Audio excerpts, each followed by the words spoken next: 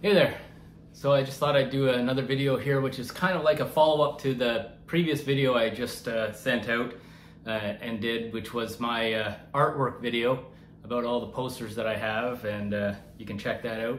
It's the last video I did, but I did mention that, and I was a little bit surprised. I found over the last number of years that I had kept some of the actual ticket stubs from concerts, but of course, you know, I wish I could go back and get all the ticket stubs from when I was real young and attending all these cool shows. But yeah, that is something that I didn't really do. I'll probably come across some as time goes on, find some, you know, in paperwork and stuff. But these are some that I did intentionally keep. Nowadays, of course, physical tickets are rare. You still sometimes get them if you go to a box office, which I really think is cool, but most times it's on your phone and it's an electronic type of barcode, which is kind of too bad because I love the tickets the way that we used to get them. So I just wanted to run through these tickets and show them, but also use them as a reason to talk a little bit about an album or a band. Most of these I'm showing you are from CDs, but in my collection. So yeah, that's what this video is about. So a little bit of walk down nostalgia lane. A lot of the shows that I do have these ticket stubs for are certainly not decades old. They're a little bit more recent shows that I attended in the last, I don't know, 10 years or so. There's a couple of older ones too though. And but it's just an excuse to talk about some cool music and bands. So yeah, number one up here is, in no really chronological order or anything like that. Yeah, these are the ones that I still have right in front of me. I found them in an old, not old, it's nice looking, but a eyeglass case. And I was like, oh man, I still have all these. That's cool. So yeah, so this is a ticket stub for the Glorious Sons that I saw with Kara. It's from not that long ago, really, 2020, February of 2020. And it was when they brought this album out. And the album is A War on Everything Tour. And that's the album, A War on Everything. It's quite a good, very good record from the Glorious Sons. It's not their most recent one, it's the one before, but it's really a good record. And this show was at the Scotiabank Arena, so it was a pretty big venue for Glorious Sons at that time. So this tour was a little bit memorable in that it surprised me. I was very much looking forward to seeing the Glorious Sons, and Kara as well. We're both fans. And the show was good, but it wasn't as good as I had expected it to be. Now, here's why. That was right at the very crest of the pandemic outbreak. In fact, it was right at as it was starting to erupt. So we were in this crowd, and that was a takeaway from that show. It had a weird vibe, like everyone knew that, are we really supposed to be here? Anyways, it was kind of funny that. So, but probably the coolest takeaway of that show is that Kara and I got to see a little duo group called Black Pistol Fire, and they opened the show, and they were really cool. So, you know, that was the good takeaway from that. Glorious Sons were good, but I think they're more suited to a more intimate venue, quite frankly. But it was good. It was still good. Okay, here's the show Kara and I went to back in 2019 in Hamilton at the First Ontario Centre. And it was one of our faves when we were young, Def Leppard. And both Kara and I grew up listening to Leppard, and I've seen Def Leppard more than once now. I think, well, I guess, yeah, this would be the second time. I saw Def Leppard back in the day at Maple Leaf Gardens when we were kids, and they were kids. But this was a show that we saw, like I say, in Hamilton.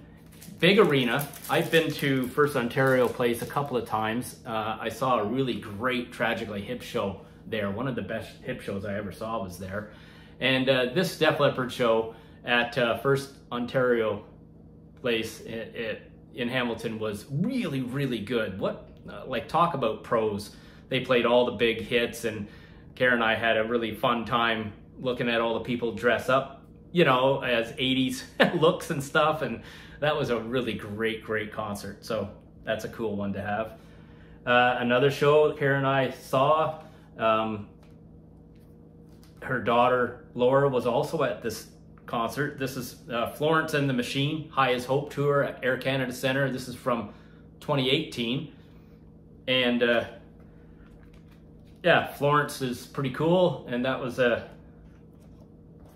she put on a really good show. It was really good. It's the only time I've ever seen Florence and the Machine, and she did her whole barefoot across the stage. It was quite an elaborate stage, and it was a fun night. That was a cool show. Here's one I attended back in 2018 with my son and a friend of ours and his friend, the Arctic Monkeys at Scotiabank Arena. This was an interesting, I'd never seen them. I was looking forward to it. This was the tour they did supporting this incredibly different album that they were touring on, Tranquility Base Hotel and Casino. Okay, it's an interesting album. It's a very much experimental album from the Arctic Monkeys, but I was still glad to see them because I'm a fan of theirs, and it was a cool show. Beck. I've seen Beck a couple of times. This was the first time. This was back in 2018 with my son at Budweiser Stage. I've seen them more recently now with Cameron. This was in support of Colors, this album, and great show. I remember this show at Bud, so we had good seats, and Beck is very much a perfectionist type of artist, and the show started. He had some sound issues, so he stops the show, and then he restarted. I remember he did Prince cover in his purple outfit. It was super cool. So Beck is, that was, to be honest, the second time, or the first time of two I've seen Beck, and it was the better of the two. I like this one way better. So that was with Cameron at Budweiser Stage. Here's a Budweiser Stage one from 2019, attended with Kara, and the only ticket stub in my collection, and one of the only things that I can say that I do not have any of their, I don't have any of their output, either on CD or on vinyl, Arkells. And they're a band that I definitely will get some of their stuff, probably wait for a hits collection. They've got some good songs, but I'm not a deep Arkells listener, but they do have some. I took Kara to this. It was in support of the Rally Cry album. They gave out these Rally Cry towels, and it was a really fun concert. We had good seats too, and it was a real dance affair kind of concert. It was a good time. We had a really good time.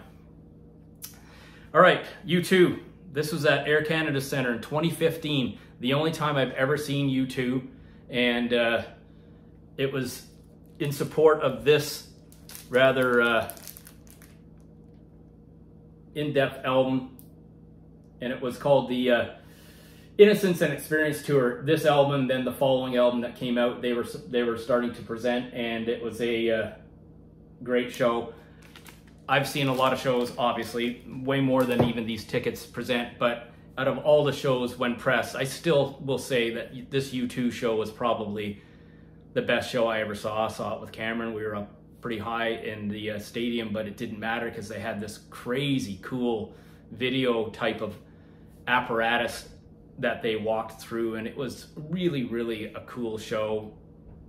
The reason I say it was the best show I've ever seen, I was really itching to see U2 finally, and it was a very incredible show to watch. They put it together very well.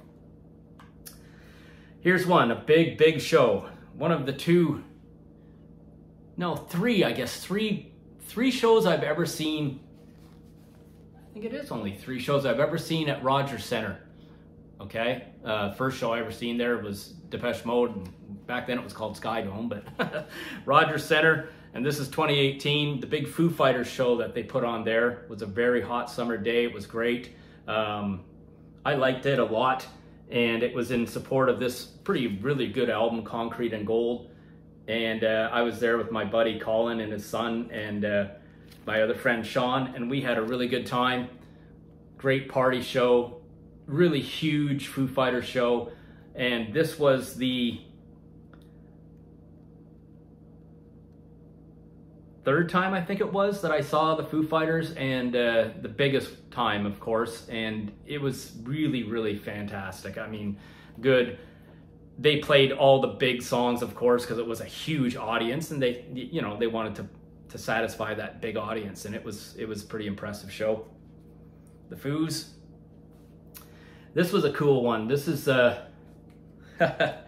this was a special I was really looking forward to. This was back in 2019. My buddy Colin, we went up to Casino Rama and we saw Alice in Chains. And what was so unique about this show is we saw Alice in Chains at Casino Rama. First time I had seen a show there, I believe. And City and Colour opened the show. And what an interesting tandem, because when you think of Alice in Chains, this heavy 90s rock outfit, and then City and Colour, who is more of a, you know, he's a sort of like a singer-songwriter kind of artist, folk kind of artist a little bit, although blending into rock as well. But the reason that he opened and was part of this show is that he has gone on record saying that Alice in Chains are his very favorite band, artist that got him into music. So it was very cool because during part of the show, Dallas came out and played some stuff with Alice in Chains. It was pretty cool to witness that. Okay, this is a cool one to show you guys. This is Stone Temple Pilots and Seether at Meridian Center, St. Catharines, 2018. I was always a big STP fan, never seen them. This is with their newest incarnation with the new singer, of course. And it was in support of this album, which is a really good album that they did with Jeff, the singer, and I was real happy to get to that show. You know, I was fortunate to convince Kara to attend that show with me. It's a pretty hard rocking show. Band named Seether opened for them. I've seen Seether open twice for big shows. I saw Seether open for, this is a really cool live disc I have of Seether, but I saw Seether open for Audioslave long time ago. So to see Seether open for STP was pretty cool. But I'll tell you something, that was one of the louder shows that I've ever been to, and Kara and I were both like, man, it was loud, but Stone Temple Pilots were just mint. What a great performance. Here's a band I've seen twice. This is the second time I've seen them. This is back in 2019, Scotiabank Arena, both times there, and it's Muse. This was the Simulation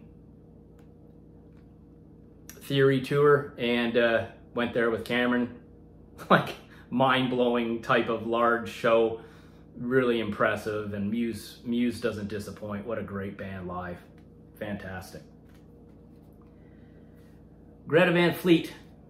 Kara and I are both fans, and we were able to see them here maybe a little bit early on before they really explode here, but they were getting pretty big. This is the album Anthem of the Peaceful Army, and this show was at RBC Echo Beach, which is the smaller venue or the smaller staging on the kind of open air, on the beach area actually. It's all general admission near Budweiser stage on those grounds, and I've only been to that particular stage to see shows a couple of times, and this was pretty cool, man. And I'll tell you, it was pretty full. A lot of buzz going on about Greta at that time, and they were awesome. I was so impressed with them live.